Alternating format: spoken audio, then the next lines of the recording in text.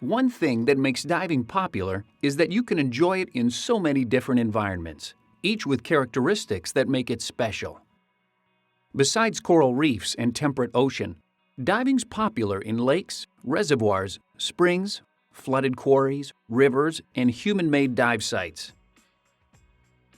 In all of them, 6 environmental conditions affect you as a diver, though how and the extent depend on the environment. In most environments, temperature varies seasonally, but water also tends to form temperature layers, getting colder as you go deeper. The depth at which you find colder water depends on the environment, season, and water motion. What's important is to wear exposure protection based on your planned depth. Visibility can range from just a meter or a few feet to more than 30 meters or 100 feet. It's usually defined as how far you can recognize a diver horizontally. Like a dust storm in air, lots of particles in the water reduce the visibility. Water movement, weather, plankton, and the bottom composition can all contribute to suspended particles and lower visibility. Lower visibility doesn't necessarily mean a poor dive. What you see is more important than how far. But lower visibility can make it harder to stay with buddies, so stay close, take your time, and watch each other. Navigation usually requires more attention, and it's easier to get disoriented while descending and ascending. As you've learned, it's easiest to descend and ascend along the bottom or a line, and this is especially true in lower visibility. But you can use your dive computer to watch your depth if you don't have a reference. If the visibility is so poor that you wouldn't have fun, it's usually best to not make the dive or end it if you've already started. Clear water can cause disorientation too. Again, a reference helps. You can also get too far from your buddy even though you can see each other. Remember to stay close. The 2 types of water movement that affect you as a diver are waves and current. We'll look at how waves affect diving later in this section. Currents affect diving because you can't swim against any but a very weak one. So you need to use the appropriate techniques. Because they're often strongest at the surface and weakest near the bottom, plan a dive in a current so you avoid long surface swims. Begin your dive swimming into a mild current. That way, when you turn the dive, the current helps carry you toward your exit point rather than pushing you away from it. Especially on the surface, don't swim against anything but a very weak current. Doing so can exhaust you. Swim across the current to reach shore, to reach a line trailed behind the dive boat for this purpose, or to get out of the current, depending upon the situation. When boat diving, if you can't get to the boat due to a current, remain calm, stay with your buddy, inflate your BCD, and use your signaling devices to get the boat to pick you up. Drift diving helps you deal with currents by letting you float with them. It's an exhilarating way to dive that's popular where strong oceanic currents prevail. You can learn the techniques in the PADI Drift Diver course. The bottom composition may be silt or mud, sand, rock, coral, or vegetation, with more than one common at most dive sites. Regardless of type, avoid bottom contact as much as possible so you don't stir it up and reduce the visibility, to help avoid cuts and stings, and so you don't damage aquatic life. Stay neutrally buoyant with your gear streamlined well above the bottom. If you must contact the bottom, choose a place without sensitive aquatic life and hazards, and settle onto it gently, ideally with little more than fin tip contact. When you're close to the bottom, watch where you put your hands and feet. When wading in or out during a shore dive, some bottom contact is unavoidable. If necessary where you're diving, wear wetsuit boots to reduce the risk of cuts from rocks or stings from stepping on aquatic life. Wade just deep enough to start swimming. Sunlight affects how much light you have underwater, but it can also cause sunburn, perhaps the most common injury divers get. But it's easy to avoid. Use sunscreen and stay in the shade when you can. cover up with clothing and remember that you can still burn when it's overcast. Repeated long-term exposure to bright sunlight can damage your eyes, so protect them with good quality sunglasses. There's great diving in both freshwater and saltwater. Your skills apply to both, but a few differences generally apply. Freshwater is less dense and you don't need as much weight, so check proper weighting when going from salt to freshwater or vice versa. Marine environments tend to have more aquatic life and more water motion, waves, currents, and tides. Freshwater environments are more likely to have bottoms that stir up easily and have distinct cold water layers as you go deeper within the recreational depth range. As a diver, you develop the ability to assess dive conditions. You learn to do this from your instructor, other divers, and experience, so that you can assess dive conditions based on the weather, season, water motion, how the water looks, reports online or from other divers, and dives you've made at similar sites. Your assessment includes deciding whether or not to dive. If you have a concern, get more information about how to handle it if you can. If you can't address the issue, then go elsewhere or dive another day. Remember that ultimately, you decide to dive. You are responsible for your own safety, so only you can make the final decision to dive. As discussed in Section 1, an environmental orientation helps you learn to address what's unique to an environment. You learn to assess conditions and to eliminate potential concerns. Orientations improve your safety, but they also make your diving more interesting, rewarding, and enjoyable. Every diver has limits. Whether you're new or very experienced, dive within your limits. This means you don't exceed your training and your experience limits. It also means you stay within your comfort limits. This is important because data suggests that failure to dive within personal limits contributes to incidents and accidents. It does this because some forms of diving may have hazards that may not be obvious. It takes training to recognize and avoid them. It can cause false security. Sometimes, if nothing goes wrong, a diver exceeds limits, like entering some wrecks without proper training or gear, and gets away with it. Unfortunately, this encourages doing it again. When a problem arises, though, the diver is completely unprepared to deal with it. Anxiety can cause divers to neglect potential problems. This happens when divers know they've exceeded their limits and focus on that so much it distracts them from other concerns. Expand your limits by continuing your education and gradually gaining experience. Don't let peer pressure influence you to dive beyond your limits or comfort. Suggest a more conservative dive, or dive with another buddy who will dive within your limits. This is not only the better choice for safety, but you'll enjoy yourself more because you can dive with confidence instead of worry. The unique life you see underwater is one of diving's special appeals. It may be your main reason for diving. Most aquatic organisms are fascinating, beautiful, and harmless. As a diver, your interactions can be passive or active. Generally, interact passively, which means leaving aquatic life undisturbed. Swim slowly and smoothly, sensitive to the underwater world around you. The less you disturb, the more you see. Active interactions are those that directly affect aquatic organisms.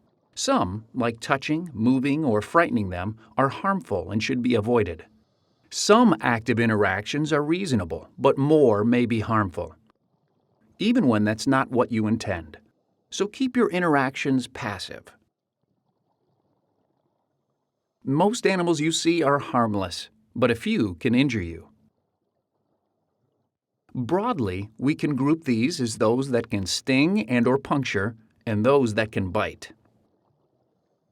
Those that can sting or puncture include jellyfish, fire coral and their relatives, spined fish like lionfish and scorpionfish, stingrays, sea urchins, and cone shells. Those that bite include moray eels, sharks, barracuda, octopuses, and lobsters, and crab. Most aquatic life injuries result from a diver being careless and provoking a defense reaction. You can greatly reduce the risk of aquatic life injuries by treating all organisms with respect. Stay well off the bottom, wear an exposure suit and gloves if allowed in the area, and watch where you put your hands and feet. Don't touch aquatic animals, particularly those you don't recognize. If you see a potentially aggressive animal, like a large shark, remain still and calm, on or near the bottom. Don't swim toward it, but keep an eye on it. Chances are it's just passing through. But if it appears aggressive or too curious for your comfort, calmly swim to your exit on the bottom and leave the water. Most aquatic life injuries are mild, but can range from annoying to life-threatening. In all cases, give priority to breathing, providing CPR, and controlling severe bleeding as needed. Provide first aid and seek emergency medical care for clearly serious injuries, severe reactions, or those that don't respond to treatment. You learn more about these types of emergencies in the PADI Rescue Diver and Emergency First Response Primary and Secondary Care courses. When it comes to injuries by aquatic life, you normally think of animals, but kelp and other vegetation can have some hazard potential. The primary one is entanglement, so keep your kit streamlined and stay out of dense growth areas. If you get snagged, back up, but don't turn. That tends to make things worse by wrapping it around you. Get your buddy to help free you if necessary. Shore diving is popular and your only option in some places. Begin a shore dive by evaluating conditions and planning the dive with your buddies. Typically, you gear up with everything except your mask, fins, and snorkel. Then, walk to the water and put on your mask and snorkel before you enter. You may wade in and back out, but in some locations, you may enter with a giant stride from a dock and exit up a ladder, or use stairs to and from the water. If you wade in from shore, pay attention to bottom composition and hazardous or fragile aquatic life you might step on. Wearing foot protection may be wise. A common technique is to wade until you reach water deep enough in which to swim and then put your fins on. Then, depending on the dive site, you may descend and swim out on the bottom, or swim on the surface and descend along a float line. Generally, you ascend and exit by reversing these steps. Keep in mind that you can't wade in some environments, so you need to reach water deep enough in which to swim some other way. And when planning your dive, remember to plan to save enough air to use during your exit. Some dive sites require entering through mild surf. As a new diver, this means entering on a gently sloped beach with waves about waist high or less. Understanding water motion principles will help you enter through mild surf. Waves break, that is, form surf, in water slightly deeper than their own height. The bottom drags, and then they tip over. So, by noting where waves break, you can get an idea of the depth. Waves cause surge and undertow. Surge is a back and forth motion caused by waves passing overhead. The main concern is to not let it push you against rocks or anything hazardous. As you get deeper, surge dissipates. Undertow is water from breaking waves flowing back to sea under the incoming waves. The larger the waves and steeper the beach, the stronger the undertow. The main concern is that it can cause you to lose your balance, but in mild surf, it isn't very strong. Waves usually approach shore at an angle, which causes a longshore current. A longshore current flows parallel to the shoreline and tends to move you downshore during the dive. You can plan for this by swimming into the current during the dive or planning to exit somewhere downshore. Sometimes, waves push over an obstruction that blocks water from flowing back to sea on the bottom. When this happens, the water may funnel seaward through a narrow opening. Past the opening, the flow dissipates. This is called a rip current. Rip currents can be alarming because they carry you away from the shore rapidly, and they're too strong to swim against. Most accidents involving rip currents result from panic, not the current. If you get in one, don't fight it. Inflate your BCD and swim at a sustainable pace across it until you're clear. Then swim back to shore. Some areas may have recommendations specific to local rip currents. A wind blowing from shore can push surface water out to sea. This causes an upwelling, which is deeper water rising to replace the surface water. Upwellings tend to make dive conditions clearer but cooler, so you may need more exposure protection.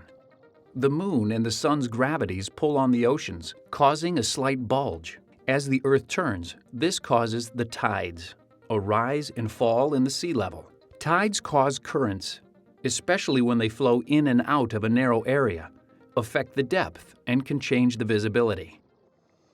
Tidal changes range from significant to unnoticeable, but they're very predictable. Generally, the best time to dive is at high tide.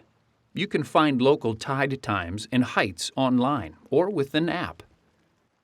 If the tide changes are significant, ask a local dive professional for an orientation to local techniques.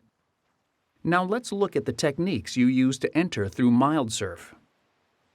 Start by watching where the waves break and their pattern, so you enter when waves are absent or at their smallest.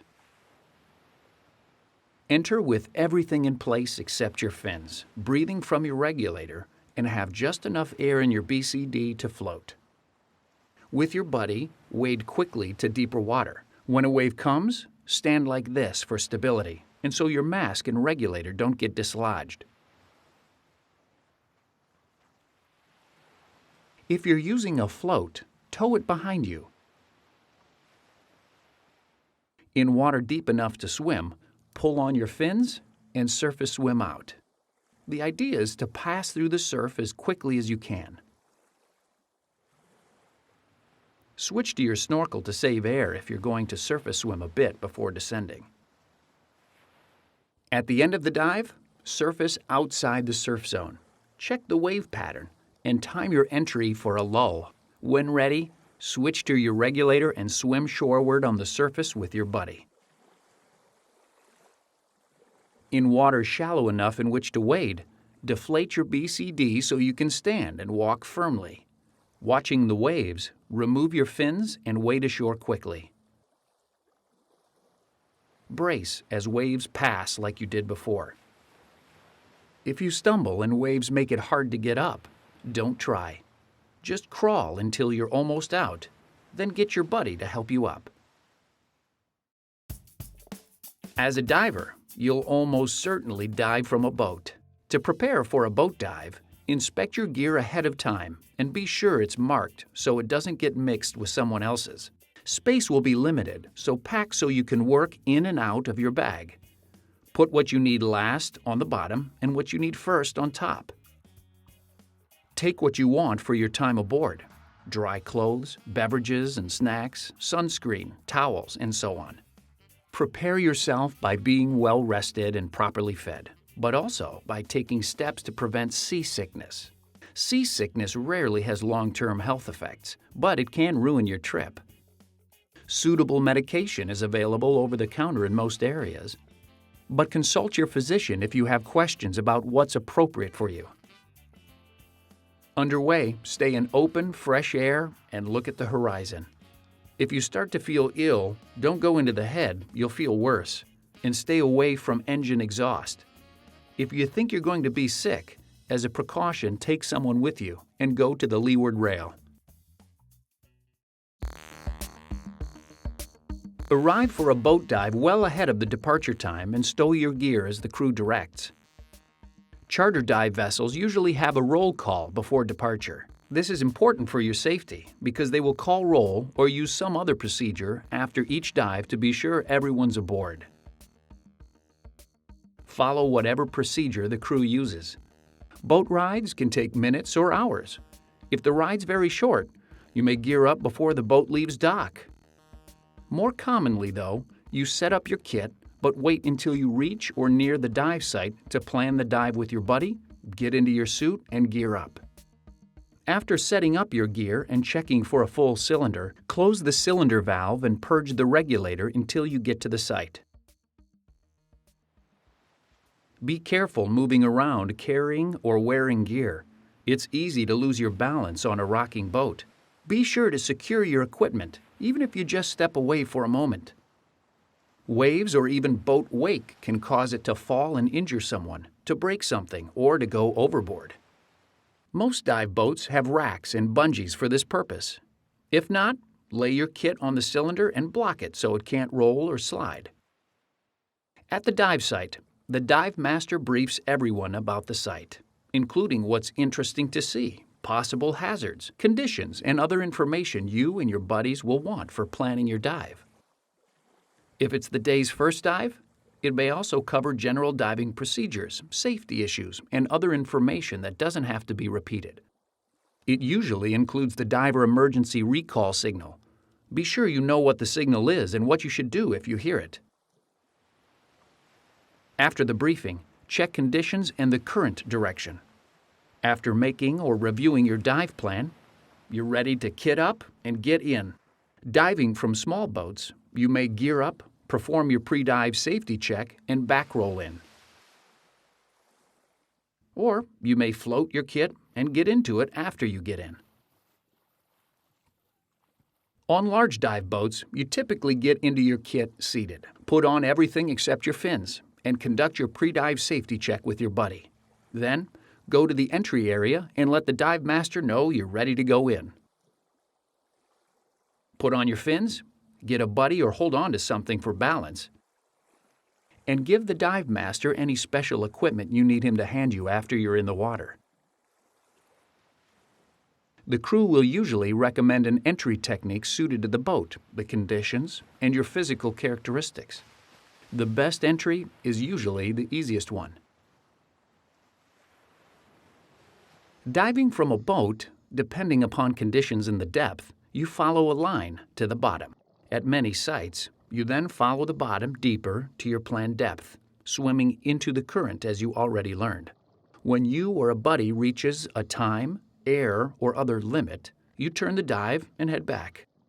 When you reach the line, use it as an ascent reference and make your safety stop next to it, or hang on a bar or separate line many boats put over the side. As you pass under or alongside the boat, stay well away from the boat propellers. Do not approach or get near them, even when the engine is not running. Boat propellers can inflict catastrophic injuries, often fatal, with little warning. So treat them as though they will start turning at full force at any time. After your safety stop, surface in front of or next to the boat. Make yourself buoyant and signal the crew that you're okay. If there's no current, you may surface at the boat's ladder. If you have to surface away from the boat due to low air or to find it because you became disoriented, watch for boat traffic. Use your surface signaling devices to make yourself more visible if appropriate. Do not swim just below the surface. You're not visible to boats and could be hit by one. Either be at the surface and visible, or deep enough to be safely below boat traffic. How you exit the water into a boat varies. On larger dive boats, it's common to use the ladder exit you saw in Section 2. Diving from small boats, you usually don't have a suitable ladder. So it's common to get out of your gear in the water, climb aboard, and then pull up your gear. Keep your fins on if they'll help you exit.